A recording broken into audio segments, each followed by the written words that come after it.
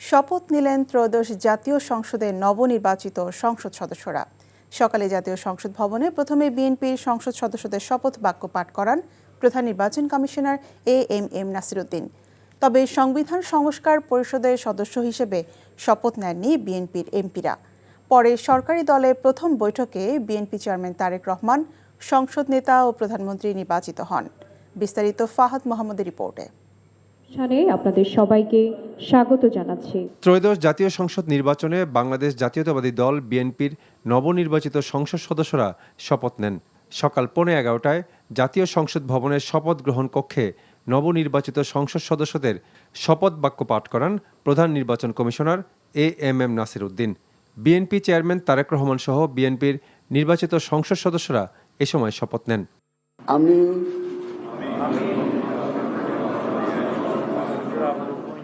সংসদ সদস্য নির্বাচিত হইয়া সশ্রদ্ধ চিত্তে শপথ বা দৃঢ়ভাবে ঘোষণা করিতেছি যে আমি যে কর্তব্যভার গ্রহণ করিতে যাইতেছি তাহা আইন অনুযায়ী ও বিশ্বস্ততার সহিত পালন করিব। পরে সংসদ সদস্যরা শপথ বইয়ে স্বাক্ষর করেন। শপথ অনুষ্ঠান শেষে সংসদীয় দলের বৈঠকে বিএনপি চেয়ারম্যান তারেক রহমানকে সংসদ নেতা ও প্রধানমন্ত্রী নির্বাচিত করেন সংসদ সদস্যরা।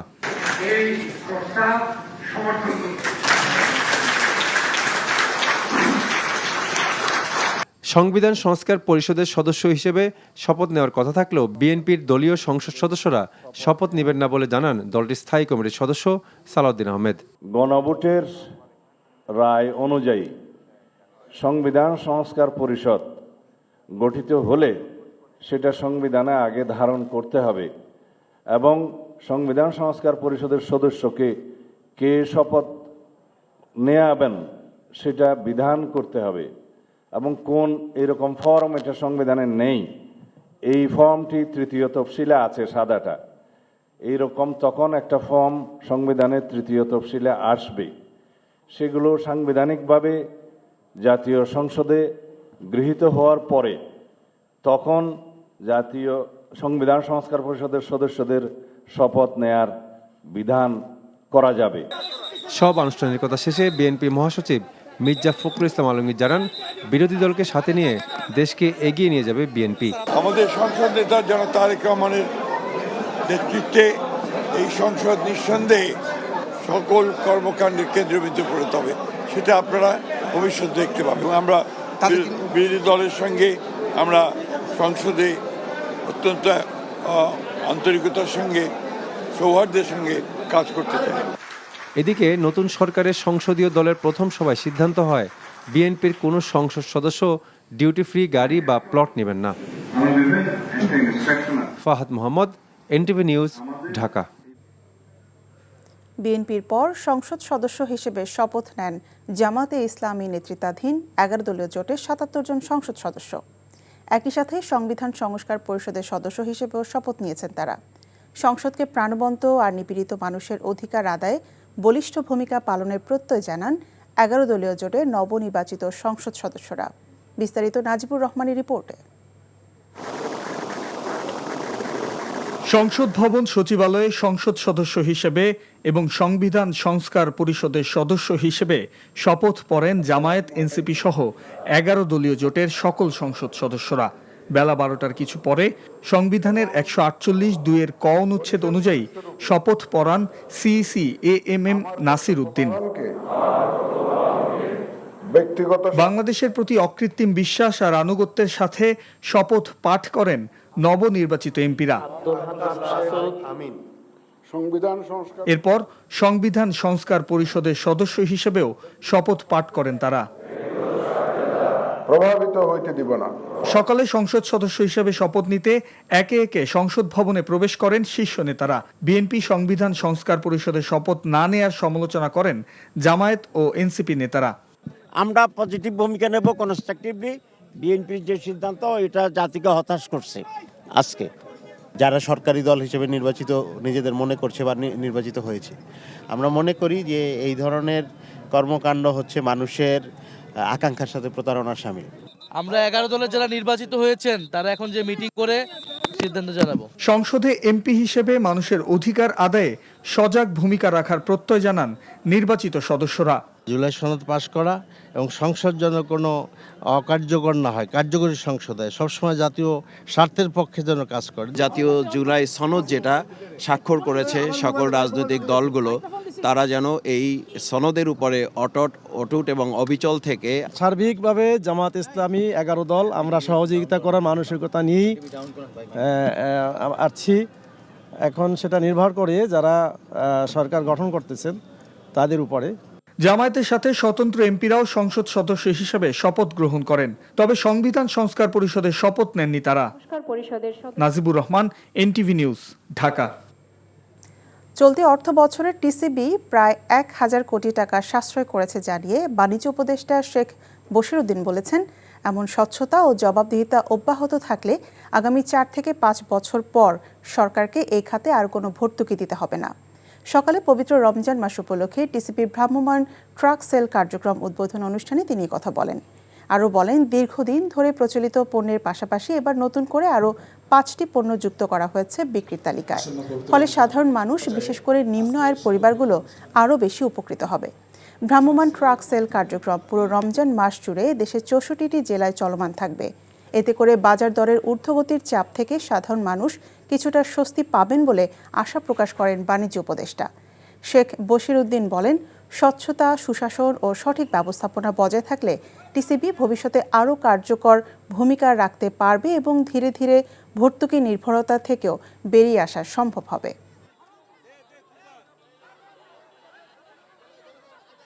প্রচলিত পণ্যের বাইরেও প্রায় 5টা অতিরিক্ত পণ্য, সাবান, চা, আরও বেশ কিছু পণ্য তারা তাদের পণ্যে বৈচিত্র্য নিয়ে এসছে। এবছর আশা করা যায় 1000 কোটি টাকার উপরে তারা ভর্তুকি সাশ্রয় করবেন তাদের সংগ্রহ নীতিমালার উদারীকরণের ফলে এবং তাদের বিপণন ব্যবস্থার স্বচ্ছতার কারণে। এই ধারা চলমান থাকলে আগামী 4 থেকে 5 বছরে টিসিবিতে বছরে 4 থেকে 5000 কোটি টাকার ভর্তুকি দিত, এই টাকার আর প্রয়োজন হবে না। শপথ নিলেন বিএনপি চেয়ারম্যান তারেক রহমানের নেতৃত্বাধীন নতুন সরকারের মন্ত্রিপরিষদ সদস্যরা। বিকেলে প্রধানমন্ত্রী সহ মোট 50 সদস্যের মন্ত্রিপরিষদের সদস্যদের শপথ পড়ান রাষ্ট্রপতি মোহাম্মদ শাহাবুদ্দিন। বিকেল 4টায় জাতীয় সংসদ ভবনের দক্ষিণ প্লাজায় মুক্ত আকাশের নিচে এক আড়ম্বরপূর্ণ অনুষ্ঠানে প্রথমেই গণপ্রজাতন্ত্রী বাংলাদেশ সরকারের প্রধানমন্ত্রী হিসেবে শপথ নেন বিএনপি চেয়ারম্যান তারেক রহমান। এরপর 25 জন মন্ত্রীকে শপথ পড়ান রাষ্ট্রপতি। পরে 24 জন প্রতিমন্ত্রী রাষ্ট্রপতির কাছ থেকে মন্ত্রিসভার সদস্য হিসেবে শপথ গ্রহণ করেন। একই সাথে প্রধানমন্ত্রী সহ সকল মন্ত্রী, প্রতিমন্ত্রী রাষ্ট্রের গোপনীয়তার শপথও গ্রহণ করেন। নতুন সরকারের শপথ অনুষ্ঠানে প্রধান বিরোধী দল বাংলাদেশ জামায়াত ইসলামী ও তাদের জোটসঙ্গী জাতীয় নাগরিক পার্টি এনসিপি প্রতিনিধিরা এই শপথ অনুষ্ঠানে যোগ দেননি। অন্তর্বর্তীকালীন সরকারের প্রধান উপদেষ্টা ও উপদেষ্টাগণ, প্রতিবেশী দেশগুলো থেকে আগত অতিথিবর্গ, বিভিন্ন রাজনৈতিক দলের প্রতিনিধিরা ছাড়াও ঊর্ধ্বতন বেসামরিক, সামরিক কর্মকর্তারা শপথ অনুষ্ঠানে যোগ দেন। আমি সশ্রদ্ধ চিত্তে তারেক রহমান সশস্ত্র চিত্রে শপথ করিতেছি যে আমি আইন অনুযায়ী সরকারের প্রধানমন্ত্রী পদের কর্তব্য বিশ্বস্ততার সহিত পালন করিব। আমি বাংলাদেশের প্রতি অকৃত্রিম বিশ্বাস ও আনুগত্য পোষণ করিব। আমি সংবিধানের রক্ষণ সমর্থন ও নিরাপত্তা বিধান করিব। আমি ভীতি বা অনুগ্রহ অনুরাগ বা বিরাগের বশবর্তী না হইয়া সকলের প্রতি আইন অনুযায়ী যথাবিহিত আচরণ করিব। করিব। দর্শক, সংসদ ভবনে এই মুহূর্তে আছেন আমাদের স্পেশাল করেসপন্ডেন্ট ইমরুল হাসান। আমরা সরাসরি চলে যাচ্ছি তার কাছে। ইমরুল, কিছুক্ষণ আগে তো নবনির্বাচিত মন্ত্রিসভার অনুষ্ঠান, শপথ অনুষ্ঠান শেষ হলো। এই মুহূর্তে আসলে যারা নবনির্বাচিত যারা মন্ত্রী তারা কি বলছেন, সেখানকার সবশেষ অবস্থা কি দেখছেন? আসলে নবীন প্রবীণ মিলিয়ে পূর্ণ মন্ত্রী হিসাবে শপথ নিয়েছেন 24 জন সংসদ সদস্য। এবার মন্ত্রিসভায় রয়েছেন বিএনপি মহাসচিব মির্জা ফখরুল ইসলাম আলমগীর, স্থায়ী কমিটির সদস্য Amir Khasru Mahmud Chowdhury, Salahuddin Ahmed, Iqbal Hasan Mahmud, Hafiz Uddin Ahmed, doctor AZM Zahid Hossain. Technocrat হিসেবে মন্ত্রিসভায় স্থান পেয়েছেন ডক্টর খলিলুর রহমান ও মোহাম্মদ আমিনুর রশিদ। এছাড়া মন্ত্রিসভায় রয়েছেন আব্দুল আউয়াল মিন্টু, কাজী শাহ মোফাজ্জল হোসেন কায়কোবাদ, মিজানুর রহমান মিনু, নিতাই রায় চৌধুরী, খন্দকার আব্দুল মুক্তাদির, আরিফুল হক চৌধুরী, জহিরুদ্দিন স্বপন, আফরোজা খানম রীতা, শহীদউদ্দিন চৌধুরী অ্যানি, আসাদুল হাবিব দুলু, মোহাম্মদ আসাদুজ্জামান, জাকারিয়া তাহের, দীপেন দেওয়ান, আনম এহসানুল হক মিলন, সর্দার মোহাম্মদ শাখাওয়াত হোসেন, ফকির মাহবুব আনাম ও শেখ রবিউল আলম। ত্রয়োদশ জাতীয় সংসদের বিরোধী দলীয় নেতা নির্বাচিত হয়েছেন জামায়াতে ইসলামীর আমির ডাক্তার শফিকুর রহমান। উপনেতা আব্দুল্লাহ মোহাম্মদ তাহের ও বিরোধী দলীয় প্রধান হুইপ নির্বাচিত হয়েছেন এনসিপির আহ্বায়ক নাহিদ ইসলাম। মঙ্গলবার সংসদ সদস্যদের শপথ শেষে এমন তথ্য জানিয়েছে সংশ্লিষ্ট সূত্র। শিগগিরই 11 দলীয় জোটের যৌথ সংবাদ বিজ্ঞপ্তিতে এ বিষয়ে আনুষ্ঠানিকভাবে গণমাধ্যমকে জানানো হবে। এছাড়া সংসদে বিরোধী দলকে নেতৃত্ব দেবেন বাংলাদেশ জামায়াতে ইসলামীর আমির ডাক্তার শফিকুর রহমান। এর আগে দুপুর 12টায় বিরোধী দলীয় এমপিরা প্রধান নির্বাচন কমিশনার AMM নাসির উদ্দিনের কাছে শপথ গ্রহণ করেন। নতুন প্রধানমন্ত্রী, মন্ত্রী, প্রতিমন্ত্রী ও নির্বাচিত সংসদ সদস্যদের আনুষ্ঠানিক শপথ গ্রহণ অনুষ্ঠান সারা দেশে বড় পর্দায় সরাসরি সম্প্রচার করা হয়েছে। দেশের বিভিন্ন জেলায় রাস্তার পাশে, দোকানে দোকানে কিংবা জনবহুল স্থানে বড় পর্দায় মন্ত্রী, প্রতিমন্ত্রী এবং নবনির্বাচিত সংসদ সদস্যদের শপথ অনুষ্ঠান প্রচার করা হয়। এ সময় বিভিন্ন রাজনৈতিক দলের নেতাকর্মীদের পাশাপাশি সাধারণ মানুষ আগ্রহ ভরে এই শপথ অনুষ্ঠান উপভোগ করেন। আয়োজকরা জানান, জনগণের অংশগ্রহণ নিশ্চিত করতেই এই উদ্যোগ নেওয়া হয়েছে, যাতে সবাই একসঙ্গে ঐতিহাসিক এই মুহূর্তের সাক্ষী থাকতে পারেন। স্থানীয়দের প্রত্যাশা, নতুন প্রধানমন্ত্রীর নেতৃত্বে দেশের উন্নয়ন ও অগ্রগতির নতুন ধাপে পৌঁছাবে। নোয়াখালীর হাতিয়ায় জাতীয় নির্বাচনে পছন্দের প্রার্থীকে ভোট দেয়াকে কেন্দ্র করে জোরপূর্বক ঘরে ঢুকে এক নারীকে ধর্ষণের অভিযোগের ঘটনায় 3 সদস্যের মেডিকেল বোর্ড গঠন করা হয়েছে। নোয়াখালী জেনারেল হাসপাতালের তত্ত্বাবধায়ক ডাক্তার ফরিদউদ্দিন চৌধুরী জানান, ঘটনার 4 দিনেও ভুক্তভোগী মামলা না করায় পুলিশ স্বপ্রণোদিত হয়ে থানায় একটি সাধারণ ডায়েরি করেছে। তার পরিপ্রেক্ষিতে চাহিদাপত্রের আলোকে এরই মধ্যে ভুক্তভোগীর শারীরিক পরীক্ষা নিরীক্ষা সম্পন্ন করেছে হাসপাতাল কর্তৃপক্ষ। এর আগে হাতিয়ায় শাপলাকুলিতে ভোট দেওয়ার অপরাধে এক নারীকে ধর্ষণের অভিযোগ আছে। এরপর থেকে ভুক্তভোগী নারী হাসপাতালে চিকিৎসাধীন রয়েছেন। 2 দশক পর সরকার গঠন করল বিএনপি। শপথ নিল তারেক রহমানের নেতৃত্বাধীন নতুন সরকার। বিকেলে সংসদ ভবনের দক্ষিণ প্লাজায় নতুন সরকারকে শপথ পড়ান রাষ্ট্রপতি মোহাম্মদ শাহাবুদ্দিন। প্রথমে প্রধানমন্ত্রী হিসেবে শপথ নেন বিএনপি চেয়ারম্যান তারেক রহমান। এরপর মন্ত্রিসভার সদস্যদের শপথ হয়।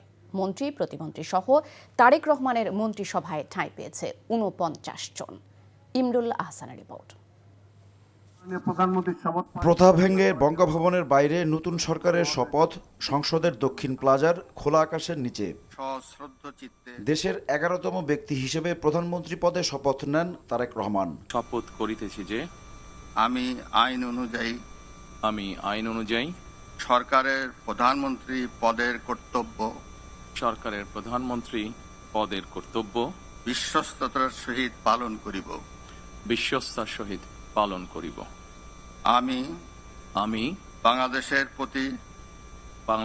প্রতি অকৃত্রিম বিশ্বাস ও আনুগত্য পোষণ করিব। আমি সংবিধানের রক্ষণ সমর্থন ও নিরাপত্তা বিধান করিব। নতুন প্রধানমন্ত্রীকে এরপর রাষ্ট্রীয় গোপনীয়তার শপথ পড়ান রাষ্ট্রপতি মোহাম্মদ শাহাবুদ্দিন। যে সকল বিষয় আমি অবগত হইব তাহা তাহা প্রধানমন্ত্রী রূপে যথাযথভাবে আমার কর্তব্য পালনের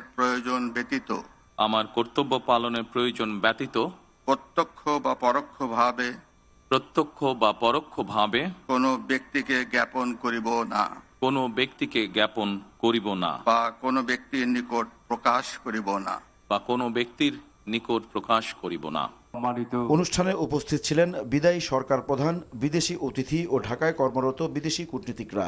বিভিন্ন রাজনৈতিক দলের প্রতিনিধি ছাড়াও ঊর্ধ্বতন বেসামরিক সামরিক কর্মকর্তারা শপথ অনুষ্ঠানে যোগ দেন। এরপর 25 জন মন্ত্রীকে শপথ পড়ান রাষ্ট্রপতি। পরে 24 জন প্রতিমন্ত্রী রাষ্ট্রপতির কাছ থেকে মন্ত্রিসভার সদস্য হিসেবে শপথ গ্রহণ করেন। নবীন প্রবীণের সমন্বয়ে গঠন করা হয়েছে তারেক রহমানের মন্ত্রিসভা।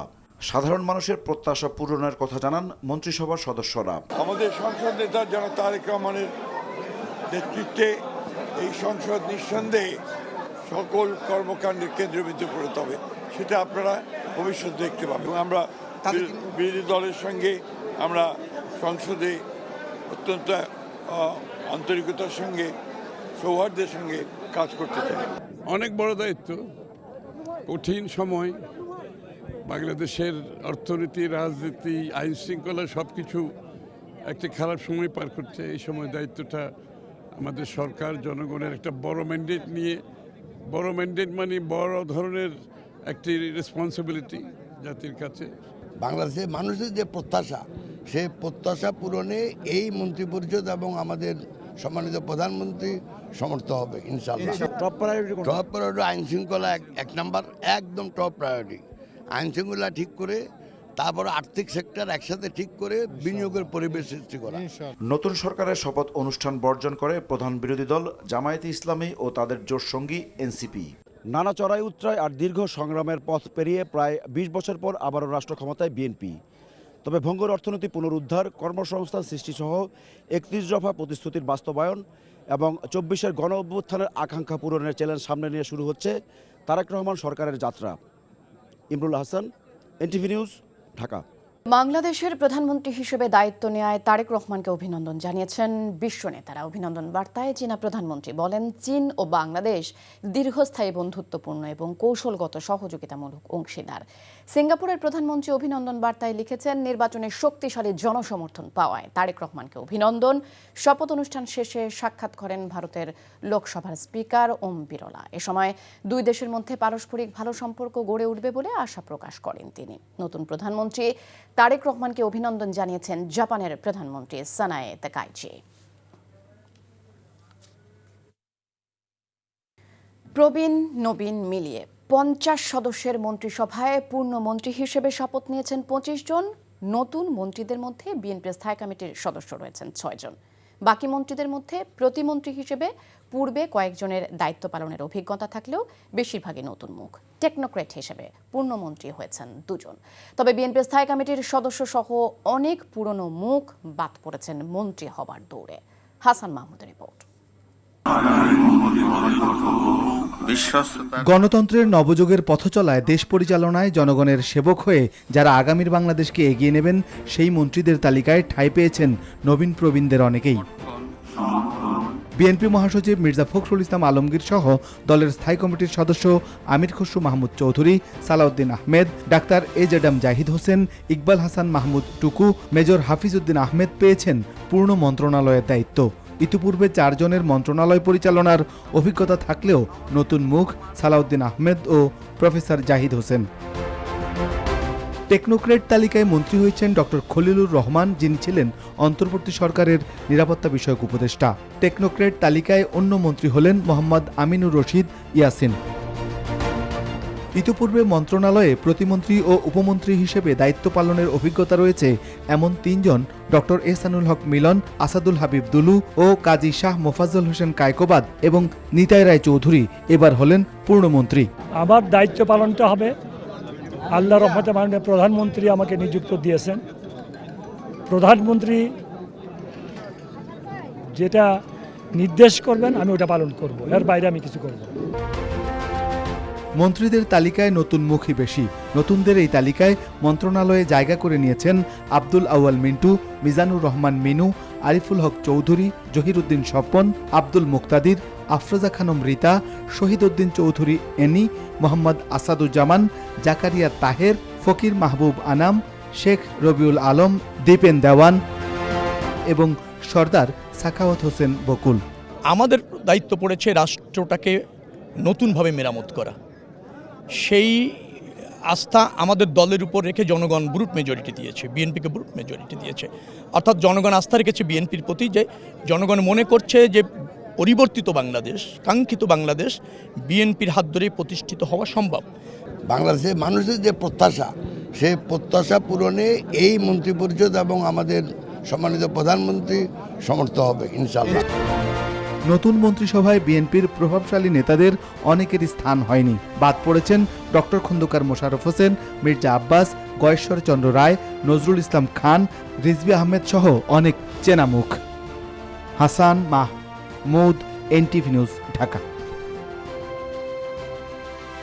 50 সদস্যের মন্ত্রী পরিষদের প্রতিমন্ত্রী হিসেবে শপথ নিয়েছেন 24 জন। টেকনোক্র্যাট ক্যাটাগরিতে দায়িত্ব পেয়েছেন সাবেক ফুটবলার আমিনুল হক।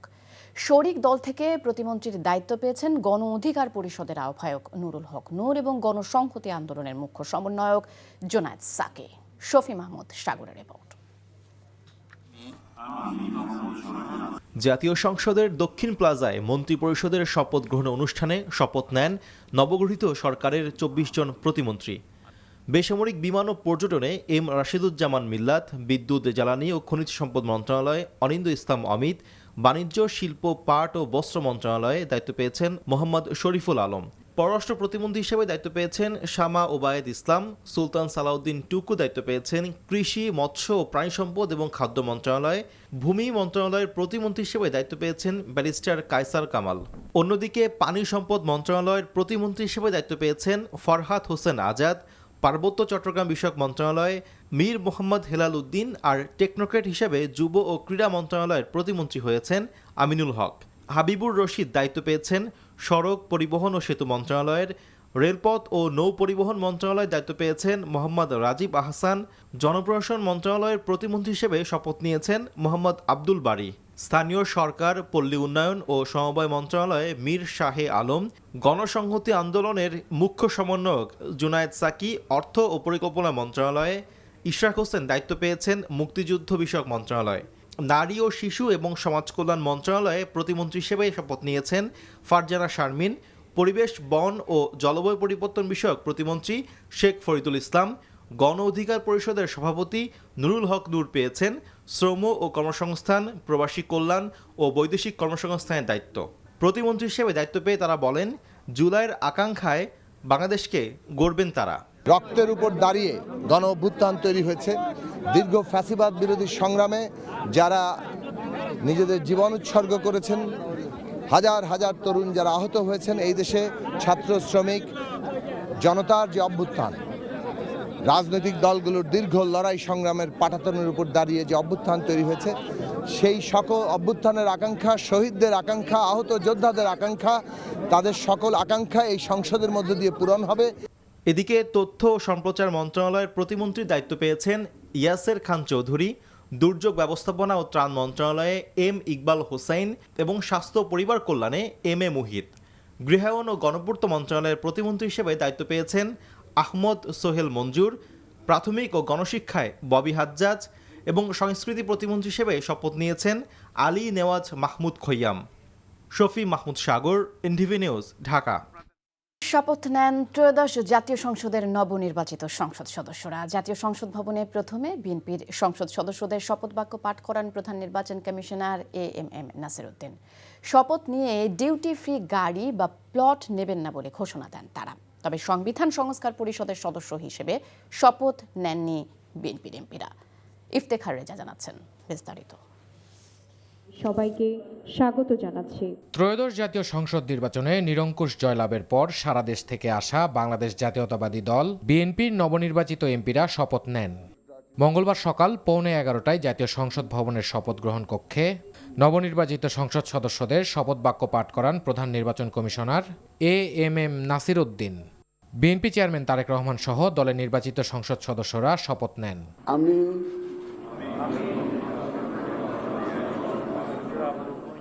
সংসদ সদস্য নির্বাচিত হইয়া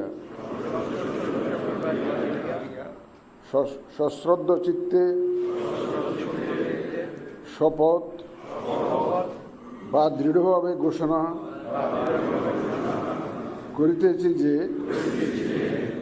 আমি যে কর্তব্যভার গ্রহণ করিতে যাইতেছি তাহা আইন অনুযায়ী ও বিশ্বস্ততার সহিত পালন করিব।